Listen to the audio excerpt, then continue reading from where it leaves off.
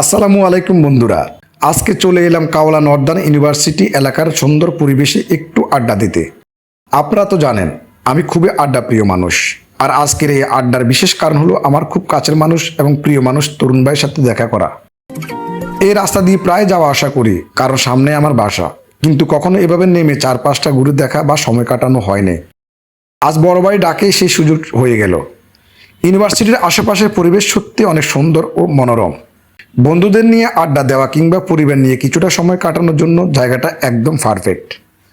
আমি যখন এখানে এসেছি তখন প্রায় মাগরিবের সময়, তাই চারপাশটা একটু নিরিবিলি লাগছিল। তবে স্থানীয়দের কাছ থেকে জানলাম সাধারণ সময় এখানে বেশ জমজমাট পরিবেশ থাকে। শিক্ষার্থীদের পাশাপাশি অনেক মানুষ এখানে ঘুরতে আসেন পরিবার পরিজন নিয়ে। তরুণ ভাইয়ের জন্য অপেক্ষা করতে করতে চারপাশটা ঘুরে দেখছিলাম। মনে হচ্ছিল যেন আমি ঢাকা শহরে নতুন এসেছি। চারদিকে কত রকমের খাবার দোকান, খাবারগুলো যেন আমাকে ডাকছিল। কিন্তু পকেটের অবস্থা খুব একটা ভালো না, তাই সাহস করে কিছু খেতে চাচ্ছিলাম না। আমার একা একা খেতেও মন চাচ্ছে না। এর মধ্যে ছোট্ট একটা ক্ষুধা অনুভব করেছিলাম। হঠাৎ দেখলাম সবাই বেশ মজা করে চটপটি খাচ্ছে।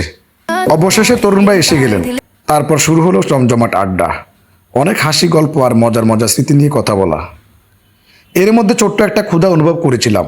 হঠাৎ দেখছিলাম সবাই বেশ মজা করে চটপটি খাচ্ছে। তখন আমারও খেতে ইচ্ছে হলো।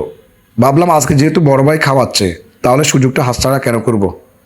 চটপটি সাধারণত খুব বেশি খাওয়া হয় না আমার, কিন্তু আজকে চটপটি স্বাদ ছিল অসাধারণ। এক কথায় দারুণ লেগেছে। হাসি আর গল্পের মধ্যে কখন যে সময় কেটে গেল আমরা কেউ টের পাইনি। অবশ্যই চলে এলো বিদায়ের সময়। অনেকক্ষণ গল্প আর হাসি মজার পর বিদায়ের সময় চলে এলো। এ ছিল আজকে ছোট্ট ভ্রমণ ও আড্ডার গল্প। আশা করি ভিডিওটি আপনাদের ভালো লাগবে। আল্লাহ হাফেজ বন্ধুরা, আবার দেখা হবে নতুন কোনো সুন্দর জায়গা এবং নতুন কোনো ব্লগ নিয়ে। ভালো থাকবেন, সুস্থ থাকবেন। ধন্যবাদ।